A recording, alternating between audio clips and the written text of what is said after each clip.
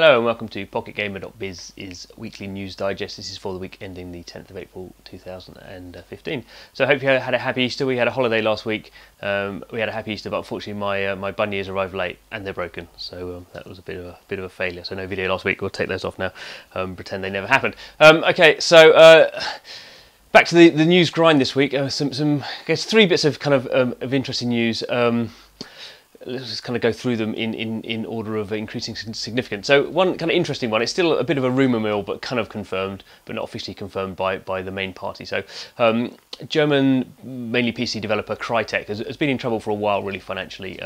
It was very much wedded to a kind of retail PC and console model where it made very high-end kind of PC console games, sold them through publishers like EA, and made its money that way. Grew to be very big in size, with kind of studios all over kind of Europe, so mainly in Germany, but also Ukraine, had a studio in the UK. And as kind of things have changed, and everything's gone kind of free to play and digital download and all that kind of stuff, it's kind of struggled.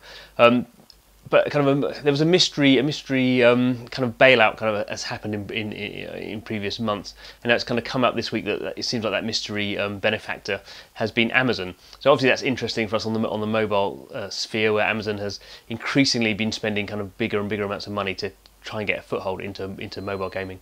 So we still don't really know kind of really even how much money Amazon has spent. It's kind of rumoured anything between kind of 50 and 70 million dollars have been spent. But Crytek are saying the company, they've not said it's Amazon really, but the company who's kind of given them the money hasn't invested in them, hasn't bought out Crytek, but has bought kind of licensing opportunities for its kind of CryEngine. So that was Crytek's internal engine.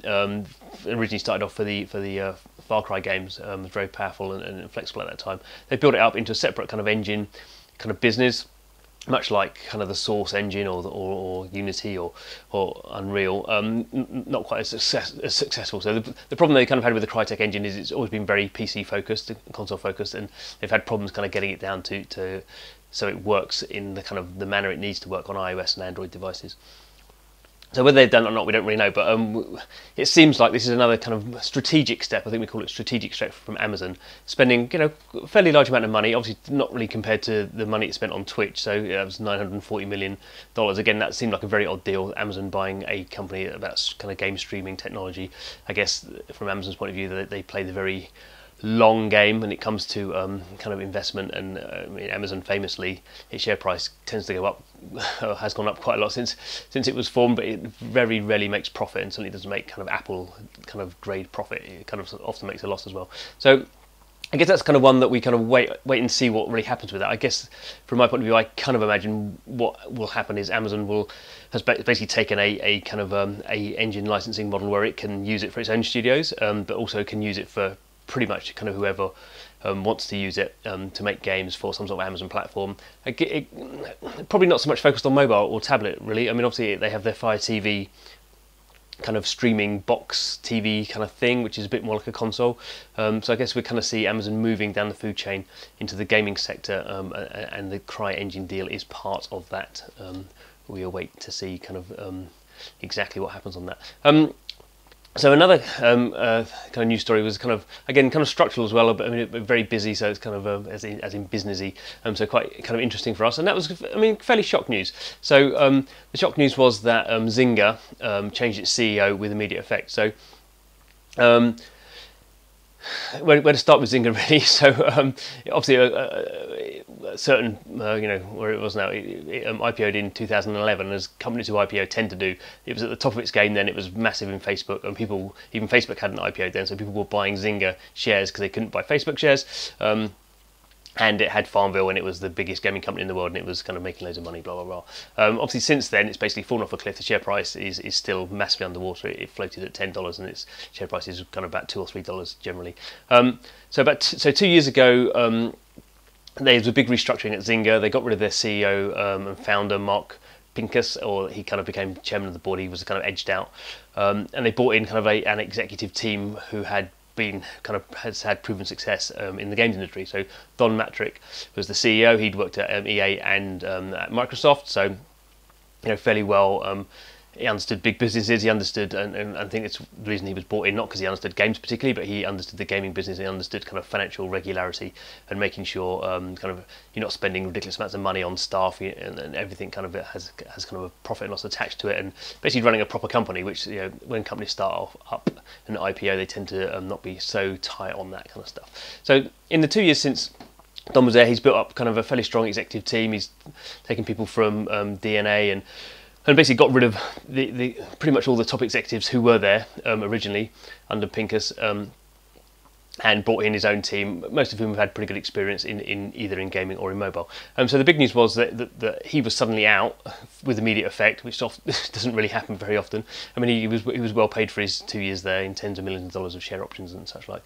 But I guess the really big surprise was that Mark Pincus was kind of back in. So the guy who was kind of kicked out because he founded the company and was very successful founding it, but probably wasn't the guy to kind of run it day to day, has, after 2 years of the guy who was brought in to kind of give it more structural rigidity and financial kind of security, got kicked out, and they brought the old guy back. I mean, I guess the real problem for Zynga is they tried this kind of this new model of being like an operationally aware company, and for 2 years, and its share price hasn't changed at all. You could argue financially they've done a lot of restructuring. They've shedded hundreds of jobs. At one point they got rid of like 500 people pretty much in one go. So there's been a lot of kind of operational changing and reorganisation, and they've effectively moved from a Facebook oriented company to a mobile company. So they're quite pleased, and all the time they'll say they're a mobile first company. Also during Don Matrix's time, they bought UK developer Natural Motion, again for a large sum of money, for over $500 million. So the first game from Natural Motion is not yet out yet, so it's coming out Dawn of Titans. So that's highly anticipated. Looks amazing, but obviously with mobile games and any game that doesn't come out yet, you don't really know, is it going to be a great success? Is it going to be a kind of flop? It's a very competitive market. Obviously, you have to spend a lot of marketing money to get your game even downloaded to see whether you then become top grossing months later. So a bit of a kind of confusing time at Zynga, really. They kind of seem to be on the right track. They seem to have kind of done some sort of turnaround, but the guy who did the turnaround is been kicked out. If you're a shareholder, you're not happy at all, because the share price is really down in the dumps. There's obviously no dividend. As I say, every quarter they're still loss making. Their losses have been decreasing, but it's very hard to run a public company that's loss making quarter after quarter. I mean, they still have lots of money. They still have over $1 billion of cash from when they IPO'd, so it's certainly not a lost cause yet. But you're kind of getting to the stage now where this is kind of like Plan C for Zynga, and they're going to have to decide really, are they going to have to shrink down a lot, get rid of maybe half their staff, and really focus on some core things. They haven't really had a big hit on mobile. They've kind of wasted a lot of money on the kind of OMG Pop kind of acquisition and things like that. So there needs to be either kind of, I guess, a doubling down and betting big on something and hoping it works, or kind of like really scaling down, maybe giving money back to shareholders, because shareholders just like money. That's why they're shareholders.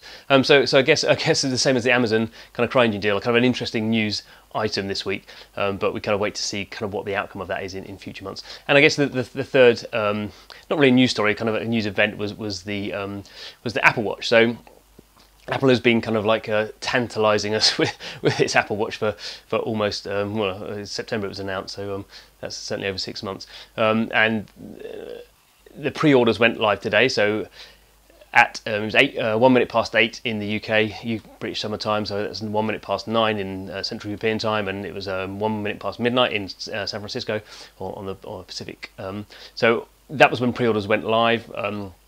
You go on there, pre-order. Obviously, there's 3 different types of watches, lots of different straps, lots of if you're very rich, you can buy the gold one, all that kind of malarkey. And it's kind of interesting because Apple as yet hasn't said how many pre-orders it's taken, but what's clearly kind of happened is there's a lot of demand, as we would kind of expect for any Apple product. Supply looks like it's much more constrained than we thought, particularly there are 2 different types of watches. So there's a 38mm watch, so smaller, and a 42mm one, which is bigger. Obviously, kind of men tend to be, we like big things, we're big kind of thick wrist, we want a bigger watch. And also it has a bigger battery life, so the tendency, even though it's a bit more expensive, I guess, for people to go to the 42mm one. That one seemed to sell out faster. When we say sell out, what we mean is you can still order them. Even now, you can still order Apple Watches, but the delivery time has gone back from what was originally announced as the 24th of April, so in 2 weeks' time.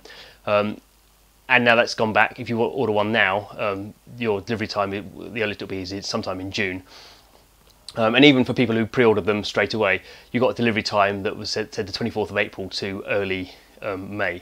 So there's still kind of quite a bit of kind of flexibility in when Apple is going to actually say it's going to deliver these things. And obviously, because it's got factories in China, it's churning them out at a rapid rate or not. But as with all Apple products, when they come out, there tends to be more demand, and it's very hard for them to judge. And the other thing is, obviously, they've not made any Apple Watches at volume before, and Apple Watches seem to be very complicated things to make. So I guess the interesting thing from a gaming point of view is Apple Watch going to be a big gaming thing? We don't know. But on PocketGamer.biz, we have just started a list, small at the moment, only like only a dozen or so games. I'm sure there'll be lots and lots of thousands of games probably announced for the Apple Watch. But we're starting to track those, and be interesting to see what developers are doing with them. I guess we'll find out a bit more in 2 weeks' time when hopefully our Apple Watch will be turning up. See you next week.